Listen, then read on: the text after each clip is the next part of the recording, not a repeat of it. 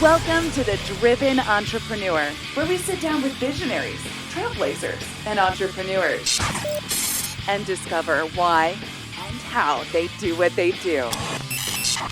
We'll get the backstory, plus plenty of life and business lessons along the way. Here's your host, Matt Brauning. Welcome to The Driven Entrepreneur, the go-to plan for coaches, authors, speakers, and entrepreneurs of all kinds to start, grow, and profit a business that you love.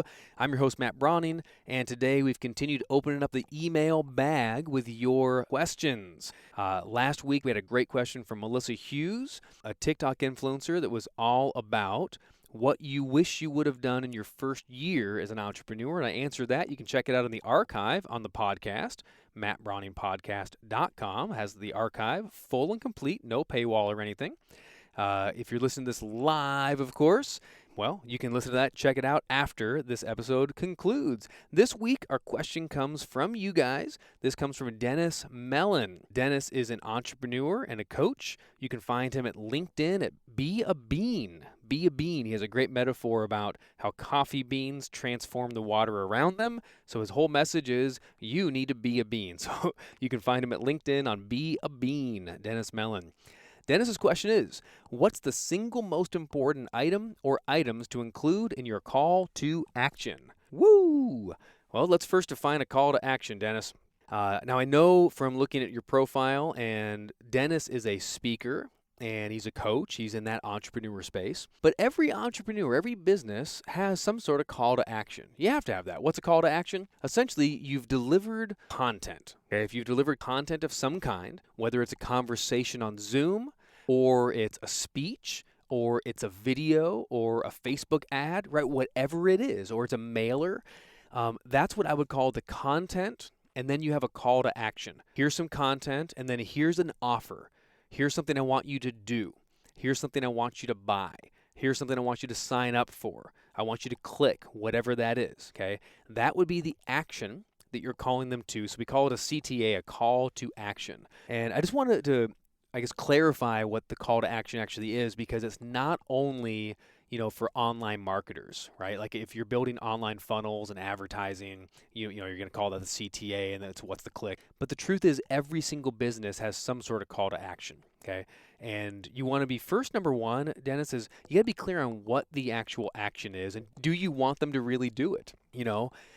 Is it a freebie you're giving them, or is it a discount code they should use to buy the shoes this weekend? And just be clear that this is my call to action. This is what I actually want them to do. And then I would actually listen through to last week's episode when I answered Melissa's question. I talked about starting with the end in mind. And I think that's really important with call to actions.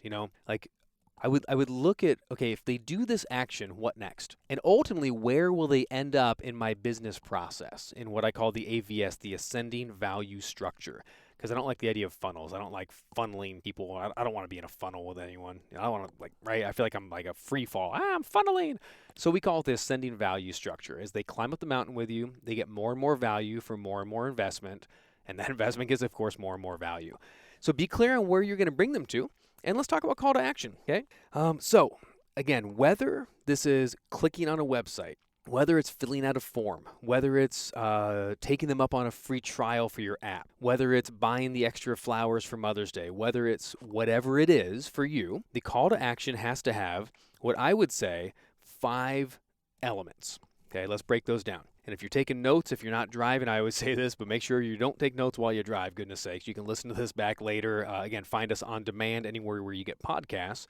Just search for The Driven Entrepreneur. In fact, check this out. Real quick sidebar. You can now, I know other people have had this for a while, but I finally got it. You can go to your Alexa and say, hey, Alexa, play me some Driven Entrepreneur. Or you can say, Alexa, play the latest episode of Driven Entrepreneur, and boom, there you'll be coming right out of your speaker. I think it works for Siri too. I guess I should probably try that. Should we try that? Let's try it. Hey, Siri, play the latest episode of The Driven Entrepreneur. I'm literally doing this live right now. The right audio apps for you. Oh, okay. She's learning. I'm going to say Apple Podcasts. Oh my gosh, check it out. Can you hear this? Entrepreneur. where we sit down with That's fun. I know, like, I'm such a nerd, but I never actually did that before. So you can go to your Siri or your Alexa and say, play the Driven Entrepreneur latest episode, and that will pop up. So anyway, make sure you check that out. So let's get into the call to action. 5 elements. Element number 1 is the need/benefit. So when you give a call to action, make sure you reiterate what's the need the client has or the prospect, or what's the benefit that your call to action will actually give to them, right? So the metaphor that I've used for years is, and you maybe have heard this before, that people don't go to Home Depot to buy a drill, right? They go to buy the hole. So you start with the hole in mind. So start with saying, okay, so I want you to click here because I have an amazing hole for you. I know you want to put this hole. You want to put your stereo up. You want to get this cabinetry set. You want to run your lighting, right? Whatever it is. The reason why people want their call to action, the reason why they buy the drill is not because they want to have a drill. It's because they have a hole they want to make at home, and they went to the store so they can get a tool to make the hole. So start with the need that they have or the benefit that your call to action is giving them. That's element number 1. Element number 2 is then explain the tool itself, right? So I know you want to make a great hole, so I have this amazing drill for you. And then you explain the drill, right? I have an amazing drill, and it has 2 speeds, and it has a special light so you'll never be in the dark, and it has a bonus battery, whatever. Okay, so you explain the benefit clearly, the hole, then you explain the tool clearly, the drill. Now at this point, they hopefully should say, well, this sounds great. This is something I want. Why? Because you already explained how the need is there and what the benefit is, and then you explain that the tool will help them get the benefit. And this is something you can do, in a headline or a subheadline on a website. This is something you can do as a speaker in, 2 or 3 or 4 sentences, right? It's not a long thing. You take 30 seconds and you talk about the benefit, and then you explain what the tool is. And then it's all about how do you get the tool. Now here's my trick, or not, I don't know if it's a trick. It's just this is my philosophy, I guess. Element 1 is benefit. Element 2 is tool. Before I go to the specific instructions for how to get it, I want to now place the right value on the call to action, right? When they take action, what are they going to get? I want to make sure they understand how beneficial it is and how valuable it is. So element number 3 is the cost. Now, this should be, if you're giving a free gift and that's your call to action, the cost should be the value of the gift before you explain it's a gift, right? You say, now this drill costs this much money. If you're giving a discount, you give the full retail price and then you give the discount. That's important too. So if it's the drill, you might say, hey, this drill is $199 and that's the retail price for this. And that's element number 3. If you're giving a free report, you say this report is, $59 and it's comprehensive and has all these wonderful things, and that's what the value is. And that's the end of element number 3.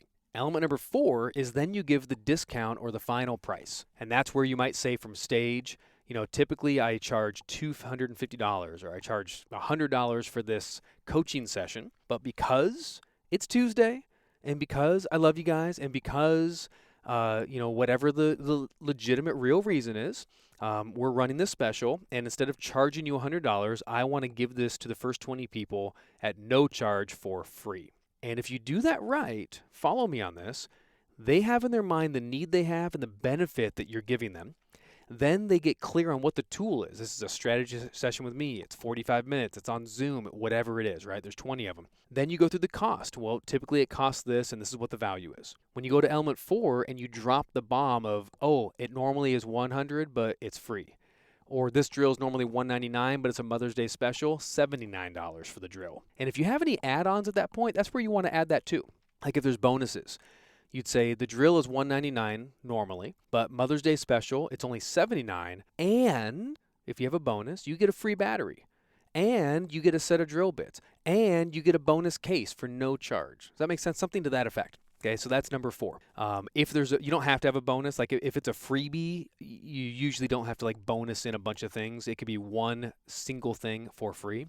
But if you're charging something, you might add a bunch of things in. I'll give you another quick example. So I have, some of you have been here. If you go to nlpwithmatt.com, check that out. I've been running that ad for, I think, 9 months on the show. So hopefully, if you're listening, everyone's gone there at some point.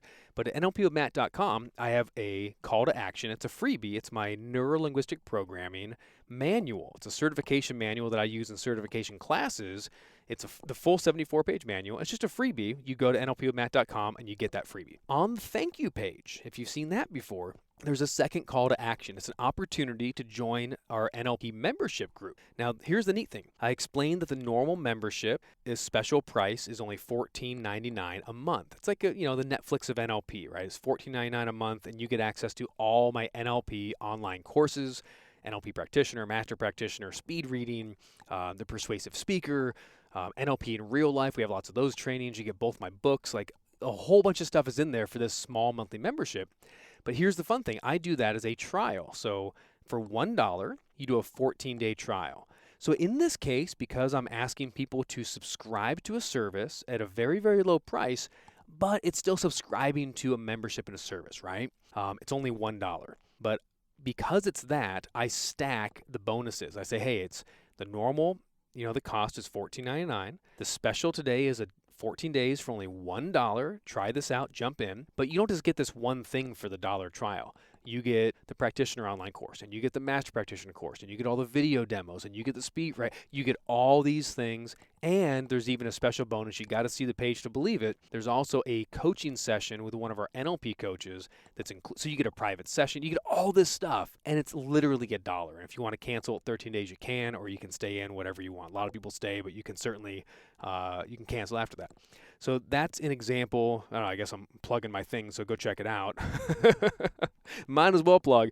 But I do think it's one of the best examples because, again, it's a membership example that I'm actually using in my business for real, and you can find that out. So that's the discount, okay? Normally $15 a month. It's only 14 days for $1, and you get all these bonuses and add-ons included. Fifth element and final element, Dennis, to answer your question, Mr. Be a Bean at LinkedIn, Dennis Mellen, is give specific instructions. Now, this is critical because a lot of times I watch speakers and entrepreneurs make an offer or give a freebie. They make a call to action. But then at the end, I think, I don't know exactly what I need to do. Now, if it's a website, it should be simple. It should be click the button and sign up. And then that button should open up, a order form, right? Very simple. Can I tell you, man, Dennis, I've seen websites where it's like, oh, you're interested in this? Great. Click this button. And then it goes to another page, and then it has more information. And then it's like I have to scroll through the page and try to figure out, like, how do I actually sign up? So put yourself in the client's shoes, and I hope you take this the right way. I like to think of everybody looking at my website or listening to a talk as a kindergartner. And not because I'm smarter or better or anything like that, but I love thinking, my son, he's 10 now as I record this, when he was like in kindergarten, first grade, and around that age, I would go in sometimes and volunteer to help in the classroom. And I just remember thinking, man, when you have a room full of kindergartners, you really have to make your directions super specific and very simple. And I think when you're looking at speaking to a large group, whether it's on a website or in a webinar or live in a room, it really helps to consider, again, it's not that people don't know any better, right? Everybody there is very smart and they all know what they want to do. But when you have a big group of people, you need to make your instructions like your kindergarten teacher. So I always oversimplify it. If I'm in a live room on stage, I'm going to say, here's my free strategy session. This is my gift for you. Here's what you need to do. When I finish here, you can go ahead and go to that back table, and there's a form there, and you can sign up. Or here's what you need to do. Open up your phone and go to nlpwithmatt.com or, whatever, blah, blah, blah. Or open up your phone, you're going to text this message to a phone number. So text to the phone number, blah, blah, blah, and text this word. And do you see what I mean? You want those instructions to be very, very specific and make sure they know exactly what to do. And imagine even if you're doing it online, imagine you're telling a room of 500 people exactly what to do. And the goal is, Dennis, you don't want to have anybody coming up to you going, excuse me, so wait, what was that again? Or what if, right? You want to give instructions that everybody can follow. And if there's any weird if-thens, make sure you simply explain, if this is the case, then please do it this way. And that should make sense to everybody. It should be specific. It should be simple. It should be understood at a kindergarten level, and that will get the action happening. So to sum up, the 5 elements of your call to action: you need to explain the need or the benefit, which is the whole. You need to then explain in detail what your tool is, the drill. then explain what the normal cost or value is of this, then give them the price you're offering, the discount, or the freebie, and finally give the specific instructions, make sure they know exactly what to do, and make sure you explain it at kindergarten level that a large group could all understand without any specific questions being asked on the sidelines. That's going to get you your best result and the best signups for your call to action. Hey, thanks for tuning in this week. The high five this week is the 5-star review. Thank you to Ricky Ridgway. Hey, Ricky, thanks for the 5-star rating, and thank you for the review over at iTunes or Apple Podcasts, I guess now. Ricky, you said Matt hosts a great show. I love hearing stories from successful entrepreneurs and how they got to where they are today. Lots of wisdom and lessons to be learned. Thanks a lot, Ricky. I appreciate that. And everybody does, because when you add a 5-star rating and a review, it just helps more people find the show, and we sure appreciate that. Again, you can get this show not just on your radio dial, but you can get it on demand wherever you get podcasts, Apple, Google, and Spotify. And you can, of course, get it directly at mattbrauningpodcast.com. That's MattBrauning, mattbrauningpodcast.com. You can also submit a question if you would like to be one of our questions of the week. You can submit your question. There's a little button that says submit question, and there you are right there. We'll see you next week where we answer another one of your questions. Until then, stay driven. Bye-bye.